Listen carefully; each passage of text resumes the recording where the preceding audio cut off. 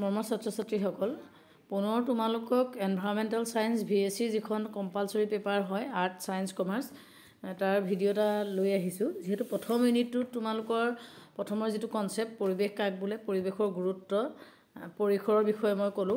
এতিয়া মই তোমালোকক জলবায়ুৰ পৰিৱৰ্তনৰ যেটো কনসেপ্ট আছে সেই কনসেপ্টৰ ওপৰত কেইটামান কেনেকুৱা ধৰণৰ কোৱেশ্চন হয় কোৱেশ্চন কিটাৰ এনসাৰ ইংলিশ মিডিয়াম আৰু অসমীয়া মিডিয়াম দুইটাতে দিবলৈ চেষ্টা কৰিছো তোমালোকে চাবাছোন এতিয়া জলবায়ু পৰিৱৰ্তন মানে কি জলবায়ু পৰিৱৰ্তন মানে কি বুলি ক'লে তোমালোকক 1 নম্বৰ মাৰ্কস নিদি 2 নম্বৰ বা 3 নম্বৰ দিব পাৰে যেহেতু আগৰ এনভাইৰনমেণ্টেল পেপাৰখিনিত তোমালোকে দেখি যায় যে পেপাৰখন তোমালোকৰ মাল্টিপল চয়েস কোৱেশ্চন নাহে 2 3 4 মাৰ্কস মানৰ লিখিবলৈ আহিব গতিকে অকনমান বস্তুখিনি বহলাই জানিব লাগিব গতিকে জলবায়ু পৰিৱৰ্তন বুলি ক'লে আমি এনে ধৰণে ক'ব পাৰো যে জলবায়ু হৈছে কোনো এটা অঞ্চলৰ বতৰৰ এটা গড় অৱস্থা আনহাতে বতৰ হৈছে বায়ুমণ্ডলীয় কাৰক যেনে বৃষ্টিপাত উষ্ণতা চাপ আৰ্দ্ৰতা বতাহ সূৰ্যৰ পোহৰ আদিৰ দৈনিক অৱস্থা অতি কমেও 30 ৰ পৰা 40 বছৰ বতৰৰ গড় অৱস্থাটোকে আমি জলবায়ু বুলি কোৱা হয় গতিকে এই জলবায়ু অঞ্চলৰ জলবায়ু বুলিলে সেই অঞ্চলৰ 30-40 বছৰ বতৰৰ গড় অৱস্থাটো বুজা যায় কোনো এটা অঞ্চলৰ জলবায়ু পৰিৱৰ্তন বুলিলে সেই অঞ্চলৰ উষ্ণতা জলবায়ু বা বৰষুণ আৰ্দ্ৰতা বায়ুৰ চাপ বতাহ আদি গোটেই বছৰটোতে বা কোনো বিশেষ ঋতুত গড় হিচাপে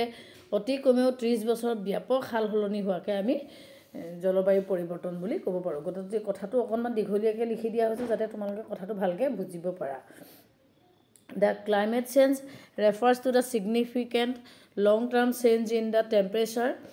perception and other atmospheric condition of the earth. It has become one of the most critical global challenge of 21st century affecting not only the environment but also the economy, society and global health. যেহেতু আমাৰ জলবায়ু পৰিৱৰ্তনটো এটা খুব ডাঙৰ সমস্যা হৈছে জ্বলন্ত সমস্যা হৈছে যেটো আমাৰ প্ৰত্যেক ক্ষেত্ৰতে অকল আমাৰ পৰিবেশৰ ওপৰতে নহয় মানুহৰ ওপৰতো সমাজৰ ওপৰতো সকলোৰে ক্ষেত্ৰত পৰিবেশৰ জলবায়ুৰ পৰিৱৰ্তন যেহেতুৱে আমাক সকলোকে প্ৰভাৱ পেলাইছে গতিকে আমি জলবায়ু পৰিৱৰ্তন বা ক্লাইমেট চেঞ্জ বুলি ক'লে আমি সিম্পলি এনেকৈ বাক্যটো লিখিব পাৰো তাৰ পাছত ইয়াৰ লগত ৰিলেটেড কোৱেশ্চনটো আহিব পাৰে যে জলবায়ু পৰিৱৰ্তনৰ প্ৰধান কাৰণসমূহ কি কি এতিয়া জলবায়ু পৰিৱৰ্তনৰ প্ৰধান কাৰণ বুলি ক'লে আমি প্ৰধান কাৰণটোক দুটা ভাগত ভাগ কৰিব পাৰো এটা প্ৰাকৃতিক কাৰণ আৰু এটা কৃত্ৰিম আৰু মানৱ সৃষ্ট কাৰণ এতিয়া প্ৰাকৃতিক কাৰণৰ ভিতৰত কি কি কৰিব পাৰে মানে প্ৰাকৃতিক কাৰণ মানে প্ৰাকৃতিকভাৱে যিবোৰ কাৰণত আমাৰ জলবায়ু পৰিৱৰ্তন হয় এইবোৰ প্ৰাকৃতিক কাৰণ আৰু মানুহৰ দ্বাৰা সৃষ্টি হোৱা যিবোৰ কাৰণ সেইবোৰ আমি মানৱ সৃষ্ট বা মেন মেড কজেছ অৰ নেচাৰেল কজেছ যেনেকৈ দুটা ভাগত আমি জলবায়ু পৰিৱৰ্তনৰ কাৰণবোৰ ভাগ কৰিব পাৰো এতিয়া বন জুই এইবোৰ প্ৰাকৃতিক কাৰণ মানুহে লগোৱা নহয় সূৰ্যৰ অন্তৰভাগৰ বিস্ফোৰণ মাত্ৰা বৃদ্ধি আগ্নেয়গিৰিৰ উদ্গিৰণ সূৰ্যৰ পৰা অহা ৰশ্মিৰ হালহলনিৰ বাবে ভূখণ্ডৰ উষ্ণতাৰ হালহলনি হ'ব পাৰে পৃথিৱী কক্ষৰ সামান্য হালহলনিৰ বাবে উষ্ণতাৰ হালহলনি হ'ব পাৰে ভূবিৱৰ্তনৰ হালহলনিৰ বাবে যেটো ফৰ টেকটনিক শিফ্ট গতিকে এনেকুৱা ধৰণৰ বহুতো প্ৰাকৃতিক কাৰণ আছে যিবোৰ প্ৰাকৃতিক কাৰণৰ কাৰণে আমাৰ জলবায়ু পৰিৱৰ্তন হ'ব পাৰে এতিয়া এখিনিক আমি মানৱ নেচাৰেল বুলি ক'ব পাৰো কিছুমান মানৱ সৃষ্ট কাৰণ আছে যিবোৰ আমি খনিজ ইন্ধন চালিত যান-বাহন ব্যৱহাৰ কৰা হয় বিদ্যুৎ উৎপাদন কৰা হয় শিল্প উৎপাদন কৰা হয় অবননীকৰণ যেটো ডিফৰেষ্টেশ্যন কৰা হৈছে গতিকে এনেকুৱা কিছুমান কাৰণ আছে যিবোৰ কাৰণ আমাৰ কি হয় মানুহৰ দ্বাৰা হয় গতিকে মানুহে যিখিনি সৃষ্টি কৰে মানুহে যিখিনি কৰে সেইবোৰ মানৱ সৃষ্ট বুলি কোৱা হয় মই এইখিনি ডিটেইলছ দিয়া নাই মেইন পইণ্ট কিটা দিছো ডিটেইলছ তোমালোকে পাবাই পিছত বা নহলেও মই পিছত তোমালোকক যদি প্ৰয়োজন হয় আকৌ বহলকৈ জনাই দিম ঠিক তেনে ধৰণে আমি ইংলিছতো হে কথাখিনি একেখিনি কথাকে আমি দুটা ভাগত ভাগ কৰি ক'ব পাৰো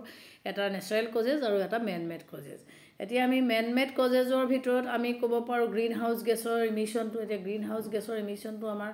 burning of fossil fuel deforestation এগ্ৰিকালচাৰৰ যিবোৰ এক্টিভিটি যাত আমি পেষ্টিসাইড ব্যৱহাৰ কৰোঁ সাৰ ব্যৱহাৰ কৰোঁ এনেকুৱা ধৰণৰ বহুত কাৰণত কি হৈছে আমাৰ মানুহৰ দ্বাৰা কিছুমান কাৰ্যকলাপে আমাৰ জলবায়ু পৰিৱৰ্তনৰ প্ৰভাৱ পেলায় ঠিক তেনে ধৰণে নেচাৰেলি কিছুমান কাৰণ হ'বলৈ হলে নেচাৰেল কজেছ ভলকেনিক ইৰাপশ্যন আমি যিখিনি সোলাৰ ৰেডিয়েশ্যন যিখিনি আমি কৈ আছো সেইখিনি আমি ইয়াত নেচাৰেলি কজ কেইটামান আমি ইয়াত বহলাই উল্লেখ কৰি দিছো আৰু তোমালোকে বহলকৈ দিছো যদিও মাৰ্কসটো কেনেকৈ আহে হেতুৰ ওপৰত নিৰ্ভৰ কৰি বস্তুখিনি তোমালোকে লিখিবা জাস্ট যদি অকল কাৰণকিটা ক'বলৈ দিয়া থাকে কাৰণকিটাই লিখিবা তেতিয়া ইমান বহলকৈ লিখাৰ প্ৰয়োজন নাই তাৰ পাছত ইয়াৰ লগত ৰিলেটেড আৰু এটা কুৱেশ্যন আহিব পাৰে যে জলবায়ু পৰিৱৰ্তনৰ প্ৰভাৱ উল্লেখ কৰা এতিয়া প্ৰভাৱটো কি জলবায়ু পৰিৱৰ্তন কি জলবায়ু কি কাৰণে হয় এতিয়া জলবায়ু পৰিৱৰ্তনৰ প্ৰভাৱটো এটা খুব ইম্পৰ্টেণ্ট এতিয়া নাম্বাৰিং হিচাপে এইটো কুৱেশ্যনটো 4 নম্বৰ হ'ব লাগিছিলে এইটো তোমালোকে চাই ল'বা যে জলবায়ু পৰিৱৰ্তনৰ ফলত আমাৰ কি হৈছে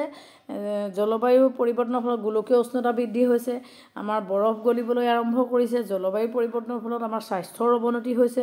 জলবায়ু পৰিৱৰ্তনৰ ফলত বিভিন্ন ধৰণৰ বেমাৰ আজাৰে দেখা দিছে গতিকে এই গোটেই কথাখিনি তোমালোকক মই প্ৰেগাফটোতে বহলাই লিখি দিছোঁ তোমালোকে চাবা গোটেইখিনি মই লাইন বাই লাইন পঢ়ি দিয়া নাই ঠিক তেনেধৰণে আমি